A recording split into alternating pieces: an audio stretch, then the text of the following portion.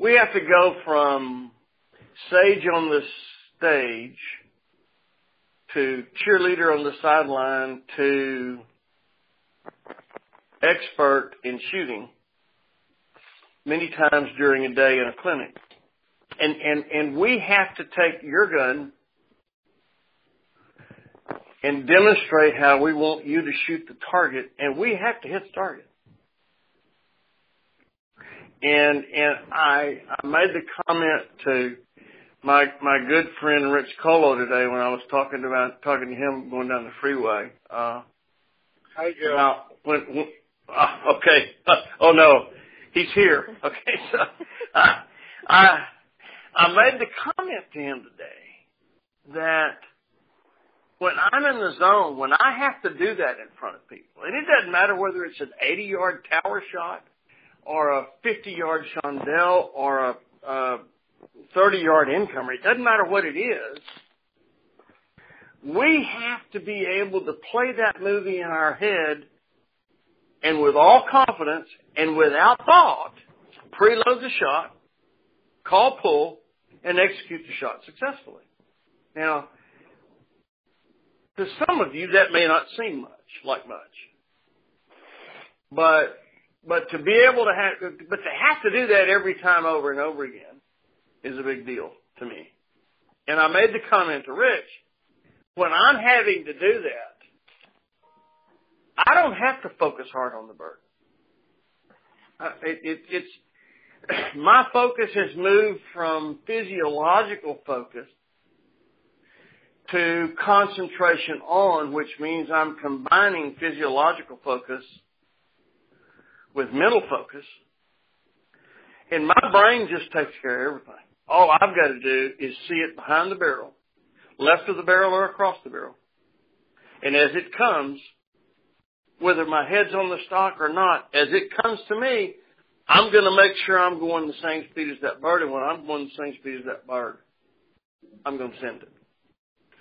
And something that I said last month that I think sums up what I'm looking for, but I would entertain some other thoughts about this tonight, and that is, I said self-correction, being able to self-correct is the pathway from 75 to 90. And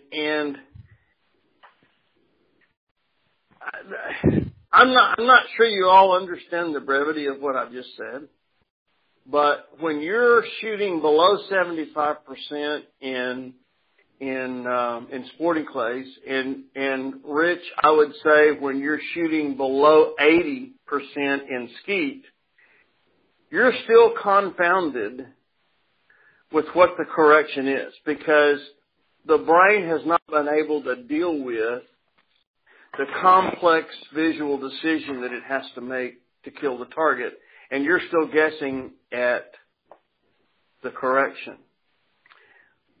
But for you to go from 75 to 90 or 80 to 98 in skeet, 75 to 90 in sporting clays, you have to know without a doubt what the correction is. And once you know what the correction is, you begin this, and it's not incremental. You begin this ascension to higher and higher performances. Because when you make the mistake and you instantly don't know what the correction is, you don't make that mistake as often. And sooner or later, that mistake is out of your wheelhouse. You've solved that problem. And getting into the 98s and 99s in skeet and getting into the 90 to 95 in sporting clays is about not making the same mistakes over and over again. And the only way you can not make the same mistakes over and over again is to be able to correct them on the next shot. And I said this last month in one of those periods that when I'm in the zone and I'm just saying what comes to me. And after I said it, I stopped and I said, wow, that's what I've been looking for.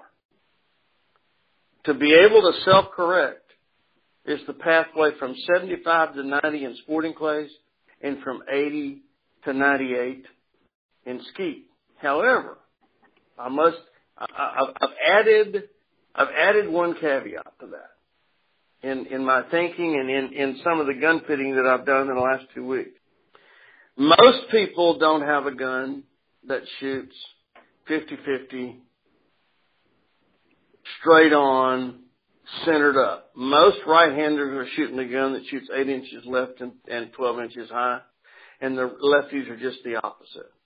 And because of that, they wallow in the 75 in sporting clays and in the 80s in skeet, and they don't understand because their pictures are not reciprocal.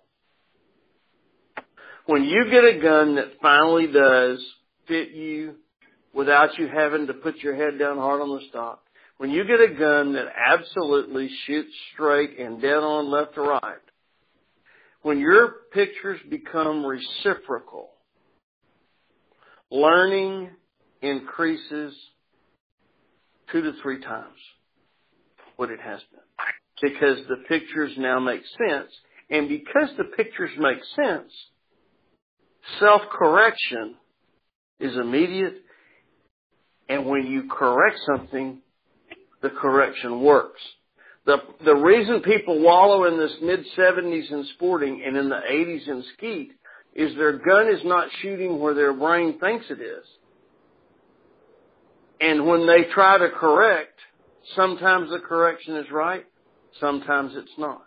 And because most of the guns that people are shooting to the left if they're right-handed, they have to see twice as much lead on a bird coming from the left as they do on a bird coming from the right.